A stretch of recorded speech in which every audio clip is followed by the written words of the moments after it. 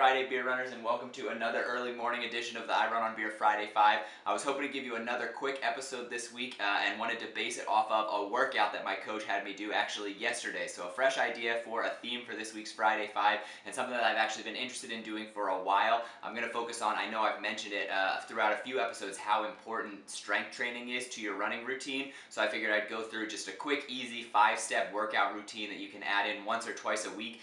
Very simple, very easy body weight exercises, but I think will pay off tenfold for your running. Again, strength training just helps so much with injury prevention, helping build up some of those support muscles that will protect your legs to make sure that you can run further, faster, and for longer than previously, because you'll be saving your legs from some of that fatigue you might be used to. So I know, again, I've beaten you over the head with how important strength training is, but I just wanted to go over a quick routine for you, 5 steps for this week's Friday 5 of little things that you can add into your training throughout the week to hopefully improve your strength training regimen. So like I said, I wanted to keep this simple because I think a simple body weight routine is great to add into any runner's kind of weekly schedule. I think it's especially good if you have time after a run to use this as sort of your cool down post-run. I love doing strength training as a cool down routine just because it's a great way to let your body relax while also building up some of those support muscles that you need to really run stronger as an athlete. I do acknowledge the benefits of doing more significant weight training. I just also understand that getting to a gym to actually use equipment can be a barrier for some people, and so I think it's important to not let that get in the way of adding strength training into your running. So for this week's routine, like I said, wanted to keep it simple. We're going to do 4 sets of each move, 20 reps. So 4 sets of 20 reps of each thing. Again, this is something that my coach prescribed to me this week. I was surprised at just how sore and exhausted my body was immediately following, but also feeling great this morning. Just got back from a recovery run and already feeling the benefits of that. So without further ado, let's jump in. Again, 4 sets of everything, 20 reps. So let's get started. Kicking things off with number 1, we're going to do bird dog. So this is a move that I was not familiar with until recently and have fallen in love with, again, because of how much it doesn't only focus on just strengthening your abdomen, your abdominal core muscles, but also overall core, especially some of those lower back muscles, glutes as well. I also have a herniated disc, so this has done wonders to relieve some of the pressure on my lower back and alleviate some of that pain as well. But if you've never done a bird dog before, it's pretty simple. Basically, I lay down a yoga mat, get down in a tabletop position, so hands under shoulders, knees under hips, flat back, and then what you're going to do is you're going to extend your arm straight out in front of you and your opposite leg. So left arm, right leg first. I keep my knee bent at a 90-degree angle as I do it, and you fully extend and kind of feel your back muscle tighten, hold it for a second, come back in and touch elbow to knee underneath of you before returning your hand and knee to the tabletop position. So that's half a rep. Then you just have to do the other side. Again, right leg extends, left leg goes out, hold for a second fully extended, come back in, knee to elbow, and then back to tabletop position. So I'll do that 20 times. I alternate. I haven't decided which I like best. Sometimes I'll do 20 on one side, 20 on the other. I think I prefer to alternate arm to arm or alternate between sides just because holding myself up on one shoulder, sometimes my shoulder starts to get a little bit sore, but play around with it, see what works best for you. The bird dogs focus more on those back core muscles, so we're going to do the reverse in move 2 to focus on the front, and that is with the dead bug. I love the name almost as much as I love the exercise, and the workout literally looks like you are a dead bug dried up on the ground, hence the name, but it literally is going to be almost the exact opposite of what you were doing for the bird dog. So for this, you're going to lay on your back with your arms stretched out straight above you, so your hands above your shoulders again, and your legs stretched out.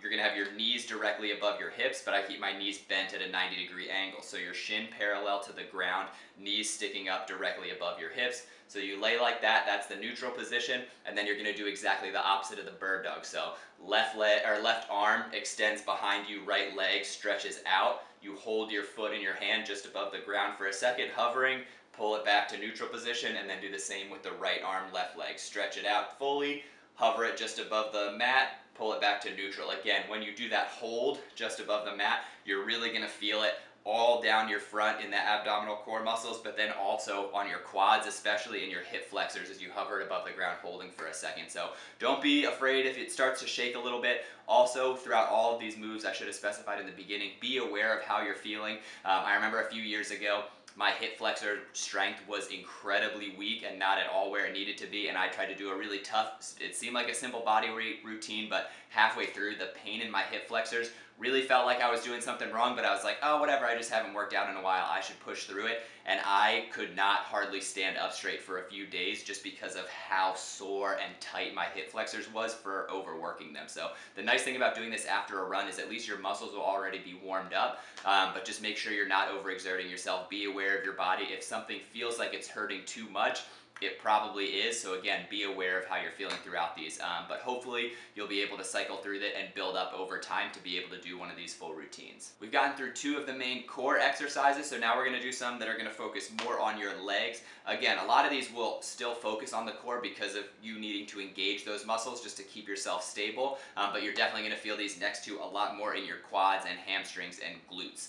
So for move number 3, you're gonna shift into a standing position. You're just gonna stand with your feet directly underneath of you, feet below hips in a straight line. Again, keep that core engaged. Make sure you're standing tall, standing very straight, flat backed, and you're gonna do back lunges. So alternating between legs, you're gonna step back into a lunge position. And I like to really just focus on, as I'm lunging down, make sure your knee is staying above your ankle. You're not moving that front leg too much, and you're dipping your upper body down. Again, keep yourself steady. One thing that you really wanna focus on is making sure that your knees are staying steady. You have a tendency to wobble, especially if some of those support muscles might be a little bit weaker. This is something that I really struggle with. I actually often will videotape myself doing the moves to send to my coach to have him critique what I'm working on, and a lot of the feedback I get is, make sure that you're holding your legs steady, your knees are wobbling a little bit. So just to help avoid injury, go as slow as you need to, hold something for support if you need to, but really focus on a smooth movement, keeping everything kind of locked in, nice and straight, nice and steady as you dip down in one smooth motion and then come back up to standing. Again, that's half a rep, then you'll do the other leg, so you'll do 20 on each side. Moving on to number 4 is a move I'm sure everyone is well aware of and many runners love to hate, myself included, and that is just the simple squat. Again, just the simple action of squatting down into a crouch position and standing back up, only using your body weight. Seems simple, might seem simple for some of the first ones, but really starts to burn once you're getting to 20, especially on that 4th set, but just does so much, especially for your quads and glutes, especially those glutes. Again, those muscles that are gonna support your legs and support your hips as you're running to help you go further for longer without experiencing that fatigue, without experiencing some of that muscle soreness that you might be used to. You'll get some soreness from the squats, but it will definitely pay off on how much more quickly you'll recover on race day. So when doing a squat, this is one where form is really important, just because you want to make sure that you're not going to do something that's going to cause injury in your back, in your legs, anything like that. It does require a lot of movement, especially if you eventually graduate to using weight, a lot of explosive movement while supporting a lot of weight on your back. So you do just want to make sure that you nail down the form of this. I'll post a link to a video below that I think gives some great pointers just of what you should be aware of. But typically, standing on the mat, feet are just a little bit wider than hip width. I'll usually have my arms extended out in front of me just to help with stability as I go down. Again, making sure your core is engaged, back is engaged, everything's kind of held steady, totally flat back. And as you squat down, the 2 main things that you want to be aware of is that you're sort of pushing your butt back, you're sitting down almost, as opposed to what a lot of people do is stick their knees forward and kind of let their butt go straight down. That's not what you want to do. You want to make sure your feet or your knees are staying behind your toes, so they'll move forward a little bit. You want to keep them from surpassing the toes and really focus on sitting back as you go down, and then again, just smooth standing up as well. So 20 of those, you'll be all set. You'll be sore as hell at the end of it, but again, it'll pay off so much on race day. Last but not least is a move that actually wasn't prescribed in my coach's plan for yesterday, but is a move that I try to incorporate into almost every workout routine that I do, and I've really started to slack off recently, but used to be pretty good about doing it every morning, and those are, again, simple but effective planks. Another one that people love to hate. It's surprising how brutal it can be just to get into a plank position and hold it for a long period of time. I used to be in a place where I could hold it for 2-3 minutes with little to no shaking, but definitely have fallen off recently. Just haven't been doing nearly as much as I know that I should. So again, working on slowly building up that abdominal, that core strength, and a move that really is focused again on your entire core. It's really going to focus on the legs, the glutes, the back, those front abdominals as you're kind of locked up, holding everything together, tightening everything in your body to hold that pose. There's a bunch of different variations of planks. I love side planks, front planks, on the elbows, all arms outstretched in front of you. Whatever you prefer, feel free to play around with this one. My personal favorite is to lay down on the mat. I go up on elbows, so elbows directly below shoulders with arms kind of in front of me with my hands clasped under my face. feet extended backwards, and just lift yourself up and create a straight line between your head to your toes. So your back, butt, legs should be totally straight, just about totally straight, and then just hold for as long as you can. Right now, I try to do about a minute, especially if I'm going to be doing 4 of them. I'll do 4 repetitions of a minute each time. And again, something so simple, just holding that move, but can be really incredibly brutal. Another thing that I'll post down in the show notes is, or you could just Google as well, a lot of people have posted things about doing different plank challenges to get you from maybe doing 15, 20, 30-second plank at the beginning of a month, at the end of 30 days, working up to a minute, 2 minutes, etc. It's something so easy that you can add into your daily routine and will pay off tenfold in just how many benefits you'll see just in that overall core strength. Again, this really is a move that targets so many different muscle groups and can be hugely beneficial for runners. So I'm sure lots of you are doing planks already. If not, now's a great time to start, but that's going to be the 5th and final move of the routine. So there you have it, a quick and easy 5-move strength training routine to hopefully encourage you to just give strength training a try, especially if you're not doing anything for strength training right now. Again, these are 5 easy moves that you can work into your weekly routine, and I think you'll really start to see some immense benefits, even if you're just doing this once a week. A couple alternate options that you could try. So again, if you have the time to do 4 sets of those 20 reps and work in the full routine, you can just schedule that as a day workout on its own. Don't worry about running or anything like that. If you have an extra day to spare, just focus on doing this routine. That's what I did yesterday.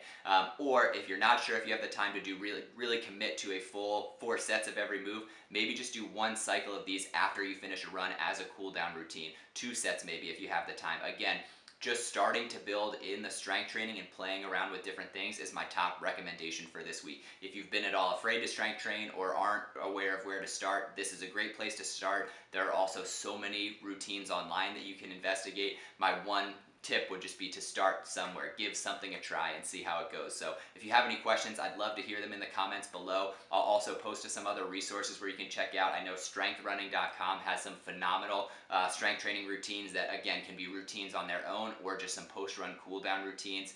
Or if you're willing to, you could just go and get a coach like I did. For me, who has never really done anything with strength training before, it has been huge to have his knowledge and expertise to really build a lot more strength training into my running, and I have seen incredible benefits in the PRs that I've been having this year and hope to continue to see for years to come. So I'll post his contact information in the show notes as well. But I hope you enjoyed this week's video. If there's a move that you love, whatever strength training exercises, especially if they're whole body ones that you think runners should give a try, let us know in the comments below. But that's everything that I had for you for this week. So as always, congratulations on making it to another Friday. I hope you enjoy the weekend, and we'll see you next week. Cheers.